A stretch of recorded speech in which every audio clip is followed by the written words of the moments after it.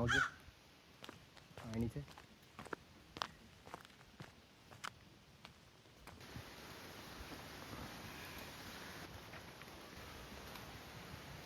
തനിക്ക് എന്താണോ? ഞാൻ എത്ര വട്ടം പറഞ്ഞിക്കണേ, എനിക്ക് പ്രേമിച്ച് നടക്കാനൊന്നും സമയമില്ല.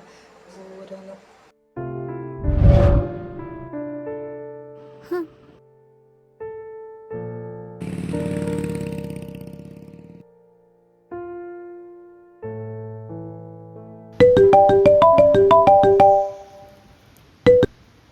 മോളെ മിനിയാന്ന് വിളിച്ച കൂട്ടുകാർ ഇന്ന് വിളിച്ചീനി. അവർക്ക് പറ്റീന്നാ പറഞ്ഞത്. പൊന്നും പണം ഒന്നും വേണ്ടാന്ന്, മോളെ മാത്രം മതിന്ന്. ഇത് നമ്മളെ ഭാഗ്യാണ് മോളെ. എത്ര വട്ടം ഞങ്ങളോട് പറഞ്ഞിക്കണേ, എന്താണിങ്ങനെ?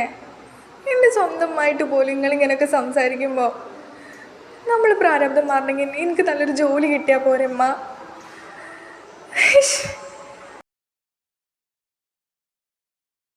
എന്താ മോളെ, എന്തിനാ കരയണേ?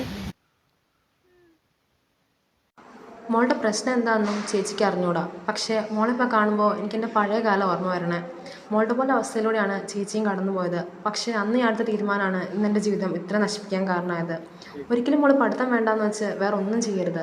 ആരെന്ത് പറഞ്ഞാലും നമുക്ക് സ്വന്തം കാലിൽ നിൽക്കാൻ പറ്റുക. അത് കഴിഞ്ഞിട്ട് ബാക്കി ആരെപ്പറ്റി നമ്മൾ ചിന്തിക്കേണ്ട ആവശ്യമുള്ളൂ. ചേച്ചിക്ക് അതേ പറയാനുള്ളൂ മോളെ.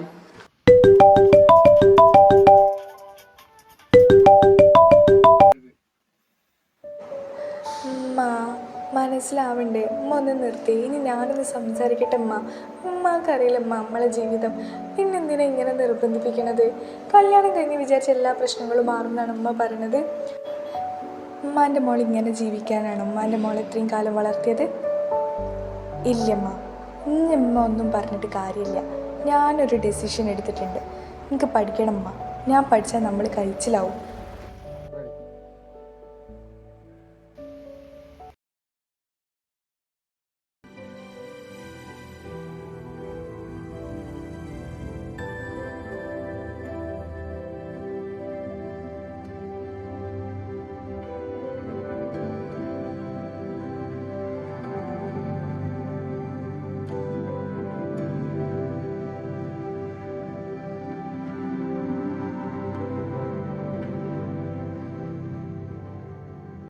നാം ഇന്നിവിടെ കണ്ടത് അവളുടെ മാത്രം ജീവിതമല്ല, നമ്മുടെ ഇടയിൽ ജീവിക്കുന്ന ഒരുപാട് സ്ത്രീകളുടെ ജീവിതമാണ്.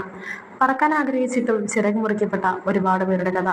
സ്ത്രീ ഒരു പ്രാരാബ്ധമായി കാണാതെ അവളെ അവളുടെ ആഗ്രഹങ്ങൾക്കനുസരിച്ച് വളരാൻ അനുവദിക്കാതിരിക്കുന്ന നമ്മുടെ പരമ്പരാഗത ചിന്താഗതികൾക്ക് ഒരു മാറ്റം വരുത്തി അവളെയും അവളുടെ ആഗ്രഹങ്ങളെയും നമുക്ക് ചേർത്ത് പിടിക്കാം.